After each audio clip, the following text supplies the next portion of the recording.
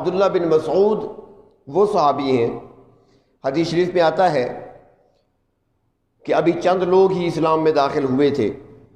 کہ ایک دن نبی اکرم صلی اللہ علیہ وسلم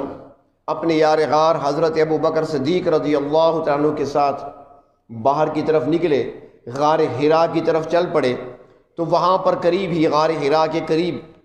حضرت عبداللہ بن مسعود غلام تھے، یہ بکریاں چرا رہے تھے اپنے آقا کی۔ ان کی عمر کوئی 15 سال کے قریب تھی، جوان تھے۔ اللہ کے محبوب صلی اللہ علیہ وسلم نے اسے بلایا اور فرمایا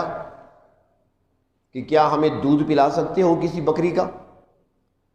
اب یہ لڑکے ہیں، 15 16 سال 17 سال کی عمر ہوگی، کہنے لگے کہ میں دودھ تو نہیں پلا سکتا کسی بکری کا، اس لیے کہ میں بکریوں کا مالک نہیں ہوں، میں تو غلام ہوں، چرانے والا ہوں، اور مالک کی اجازت کے بغیر میں آپ کو دودھ نہیں دے سکتا۔ نبی اکرم صلی اللہ علیہ وسلم بہت خوش ہوئے، آپ نے فرمایا اچھا ٹھیک ہے، مالک کی اجازت کے بغیر نہیں پلانا چاہیے کسی کو دودھ، لیکن یہ بتاؤ کہ تمہارے ریوڑ میں ان بکریوں میں کوئی ایسی بکری بھی ہو جو دودھ نہ دیتی ہو، ایسی بکری بھی ہو کہ ابھی تک کوئی نر اس کے قریب بھی نہ گیا ہو۔ ہمارے ہاں جسے کہتے ہیں لیلی کہتے ہیں نا، چھوٹی عمر کی۔ اس نے کہا جی ایسی تو ہے، فرمایا وہ لے آؤ پکڑ کر۔ وہ پکڑ کر لے آیا، آپ صلی اللہ علیہ وسلم نے اپنا بابرکت ہاتھ اس بکری کے کمر پہ پھیرا تو اس کے تھن بھی باہر کی طرف نکل آئے، دودھ سے بھر گئے۔ حضرت صدیق اکبر رضی اللہ تعالیٰ عنہ نے دودھ دوہا، دودھ نکالا، سب سے پہلے اللہ کے محبوب صلی اللہ علیہ وسلم کو دیا۔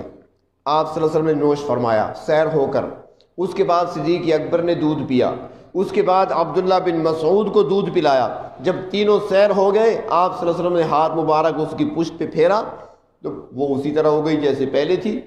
واپس چلی گئی۔ تو آپ نے فرمایا ابن مسعود سے کہ ہم نے تمہارا کوئی نقصان نہیں کیا، نہ ہم نے تمہارے مالک کی بکریوں میں سے کسی کا دودھ لیا ہے، یہ تو اللہ نے پلا دیا ہمیں۔ تو اس موقع پر عبداللہ بن مسعود کو اللہ کے محبوب صلی اللہ علیہ وسلم نے دعا دی، اور آپ نے فرمایا کہ تم تو تعلیم دینے والے غلام ہو، دوسروں کو سکھانے والے غلام ہو، اور ساتھ آپ نے دعا بھی دی۔ اور اسی موقع پر عبداللہ بن مسعود نے کلمہ پڑھا اور اسلام میں داخل ہوئے۔ ابتدائی دور تھا، چند لوگ اسلام میں داخل ہوئے تھے، تو چونکہ غلام تھے بعد میں ان کو بڑی مشقتیں اٹھانی پڑی، تکلیفوں سے گزرنا پڑا، آزمائشوں سے گزرنا پڑا، لیکن دین حق پر ڈٹے رہے استقامت کے ساتھ، یہاں تک کہ ہجرت ہوئی تو انہوں نے پہلے حبشے کی طرف ہجرت کی، پھر مدینہ کی طرف ہجرت کی، اور اسلام لانے کے بعد اور خصوصاً مدینہ طیبہ ہجرت کر جانے کے بعد اللہ کے محبوب صلی اللہ علیہ وسلم کے بہت قریب رہتے تھے، ہر سفر میں، ہر جگہ، دن رات آپ کے قریب رہتے تھے، یہاں تک کہ اکثر لوگ سمجھتے تھے کہ یہ آپ کے خاندان کا فرد ہے، اتنے قریب تھے۔ حضرت ابو موسیٰ اشعری فرماتے ہیں کہ جب میں یمن سے آیا تھا تو کچھ عرصے تک میں تو یہ سمجھتا رہا کہ ابن مسعود اللہ کے رسول صلی اللہ علیہ وسلم کے گھر کے افراد میں سے ہیں، بعد میں پتہ چلا کہ نہیں، یہ آپ کے غلام تو ہیں، صحابی تو ہیں، خدمت گزار تو ہیں، لیکن آپ کے خاندان سے تعلق نہیں ہے، اتنا قریب تھے آپ کے۔ اور حضرت حذیفہ بن یمان رضی اللہ تعالیٰ عنہ سے پوچھا گیا کہ ہدایت میں اور حسن سیرت میں کون ایسا ہے جو اللہ کے نبی صلی اللہ علیہ وسلم کے زیادہ قریب ہو، تاکہ ہم ان کا دامن پکڑ لیں اور ان سے ہدایت بھی حاصل کریں، اور ان کے حسن سیرت کو دیکھ کر ہم بھی ان سے کچھ سیکھیں اور فیض حاصل کریں۔ تو حضرت حذیفہ بن یمان نے جواب میں فرمایا تھا کہ اگر ایسی شخصیت کو دیکھنا چاہتے ہو تو عبداللہ بن مسعود کو دیکھو۔ تو یہ عبداللہ بن مسعود، اللہ رب العزت نے ان کو بڑا علم عطا فرمایا تھا، علم کے پہاڑ تھے، صحابہ کرام ان سے مسائل پوچھنے کے لیے آیا کرتے تھے، قرآن حکیم کی تفسیر کا علم بھی خوب جانتے تھے، حدیث شریف کو بھی خوب جانتے تھے، حدیث کے مفہوم کو بھی جانتے تھے، اور خود فرمایا کرتے تھے کہ قرآن پاک کی 70 سورتیں وہ ہیں جو میں نے براہ راست اللہ کے رسول صلی اللہ علیہ وسلم سے سیکھی ہیں۔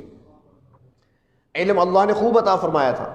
تو ان کو حضرت فاروق اعظم نے کوفہ کا قاضی بنا کر اور بیت المال کا منتظم بنا کر بھیجا۔ تو جب یہ کوفہ تشریف لائے تو یہاں آ کر علم کا ایک باب کھلا، ایک دروازہ کھلا، اور پھر اس علم کے دروازے سے ہزاروں لوگ داخل ہوئے اور سیراب ہوئے اس چشمے سے، انہوں نے فیض حاصل کیا۔ حضرت عبداللہ بن مسعود نے خوب لٹایا علم کو، جام بھر بھر کر پلایا علم، قرآن و حدیث کا علم، ہزاروں لوگوں نے ان سے علم حاصل کیا۔ تو کوفہ کو اس لحاظ سے ایک علم کے اندر مرکزی حیثیت حاصل ہو گئی کہ اس کے اندر جلیل القدر صحابہ کرام بھی تشریف لائے، خصوصاً ابن مسعود نے آ کر علم کو یہاں پر پھیلایا، اور